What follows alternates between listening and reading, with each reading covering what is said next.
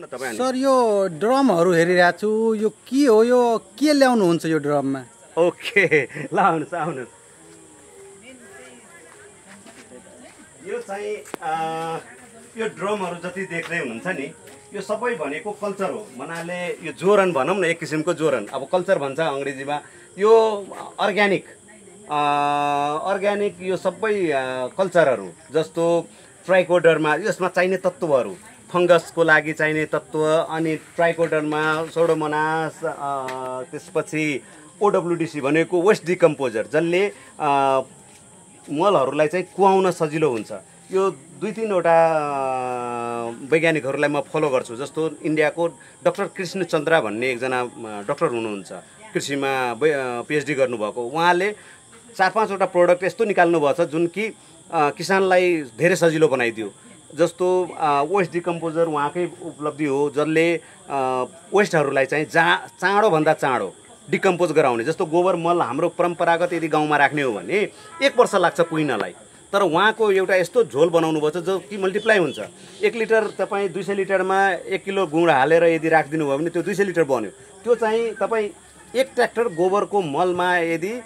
छर्दिनु भयो भने 15 दिनमा त्यसलाई 1 वर्ष जुन लाग्थ्यो त्यसलाई चाहिँ 1 महिनामा चाहिँ 15 देखि 1 महिनामा चाहिँ त्यसलाई पुरै मल बनाइदिन्छ डिकम्पोज गरिदिन्छ त्यो हो यसमा चाहिँ यो सबै कल्चरहरु हो र अर्को यो चाहिँ मेरो युनिट भनेको तपाईको थोपा सिंचाइको लागि स्प्रिंकल र थोपा सिंचाइको लागि यो चाहिँ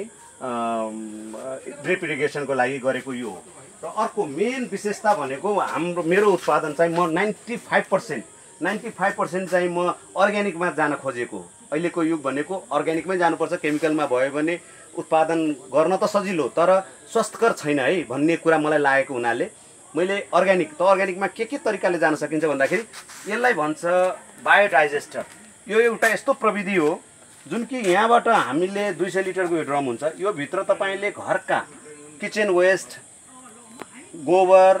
त्यसपछि पात पतिंगर हरियो चीज जुन चीज गल्न सक्छ जस्तो तरकारीको छिल्का तरकारी कुहिएको चीज या घरबाट निस्केको भात दाल किचन वेस्टहरु जति धोई पखाल गरेको हुन्छ त्यो तपाईले यहाँबाट हाल्नु भयो भने यो भित्र जान्छ यो भित्र गइसकेपछि पहिलो चोटी चाहिँ 90 दिन लाग्छ यसलाई फर्मेन्ट हुन भित्र चाहिँ एक किसिमको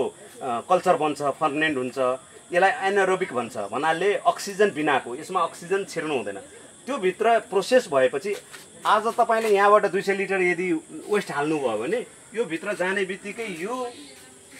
एक दिनमा यताबाट तपाईले 200 लिटर पुरा लिक्विड मल पाउनुहुन्छ उताबाट वेस्ट हाल्नुस् यताबाट तपाईले झोल मल लिन पाउनुहुन्छ त्यो झोल मल भनेको त्यो छ तपाईसँग अहिले म तपाईलाई जस्तो यो झोल मल कस्तो बन्छ है भन्दाखेरि हेर्नुस् उताबाट वेस्ट हालेको फलफुलको टुक्रा तरकारीको छिल्काहरु गोबरहरु जे मन लाग्छ उताबाट हाल्दा जुन कुहिन्छ त्यो उताबाट हाल्ने तर यताबाट निस्किने बेलामा चाहिँ यस्तो पातलो झोल बनाएर पठाइदिन्छ यसले जुन यो के रे यहाँ हेर्नुस् यो बायोडाइजेस्टर भन्ने चीज हो उताबाट तपाईले गोबर फलफुलको टुक्रा तरकारीको छिल्का यसलाई के गर्नुहुन्छ तपाई यो भनेको तपाईको झोल मल बन्यो अर्ग्यानिक झोल मल बन्यो यसमा केमिकल छैन अब यो मैले बिरुवालाई चाहिँ खाना खुवाउँछु भनौं न एक किसिमले मल जुन हामी पानी हाल्छौं त्यसको सट्टा चाहिँ यो अब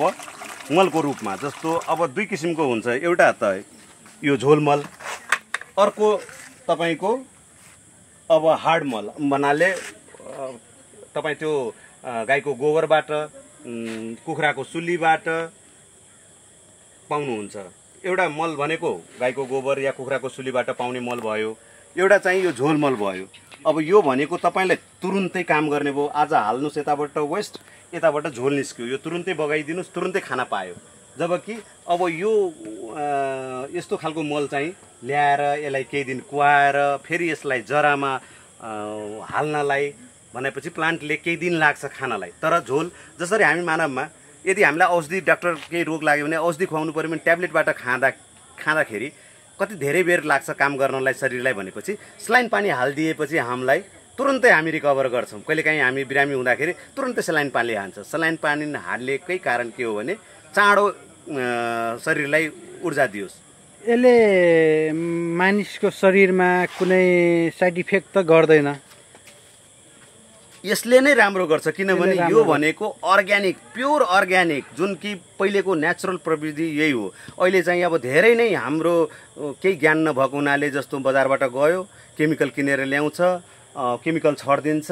तर कति दिन केमिकल छडेको, कति दिन जब त्यसमा एउटा जीवलाई कीटाणुलाई मार्न सक्छ भन्ने त्यही चिज यदि हामी खायौँ भने भोलिपल्ट हामीलाई असर गर्दैन, तर यहाँ बुझ्दैनौँ हामीले। त्यही भएर यो चाहिँ अर्ग्यानिक एकदमै फलफुलको छिल्का कुहाएर के अरे गोबरको भयो। अब त्यो बोल्नु भएको थियो।